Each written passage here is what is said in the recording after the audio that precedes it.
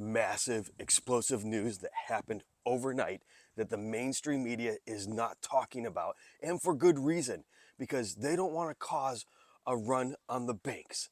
And I'm going to tell you about it because I think everyone needs to know about this. So, last night, Halloween night, in the middle of the night, the Federal Reserve injected billions of dollars into the banking system. They conducted the biggest repo operation since 2020 in COVID, injecting $29.4 billion into the banking system. Repos are short-term loans where the banks trade treasuries for cash to boost liquidity, meaning the banks are having a cash liquidity problem, which means loans are going to tighten up significantly.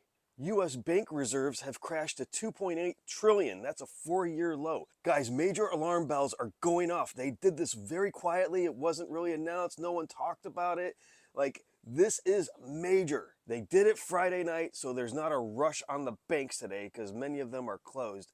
So, guys, they are trying to safeguard the system, but they are showing that it is under significant stress, and it is going to be compounded and get even worse today and into this week, because there is now billions of dollars that is not going to be flowing in the businesses, into the banking system, because of the SNAP benefits expiring.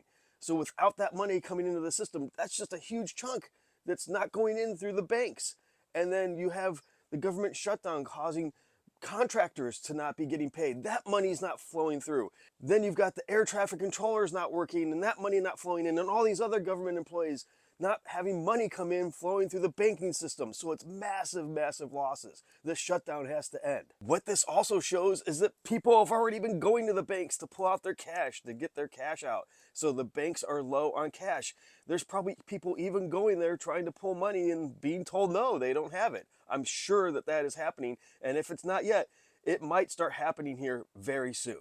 I'm not trying to be an alarmist here, but this is actually happening. This move by the Fed shows there's major problems ahead. This could be the big correction coming. It could hit this week. Could this looming crisis be the reason senior cabinet officials have moved on to military housing now? Let me know your thoughts on this. Leave a comment, like, share, spread the word. Make sure everyone knows about this. This is serious. It affects everyone. Follow, subscribe, and I'll see you back here for the 411.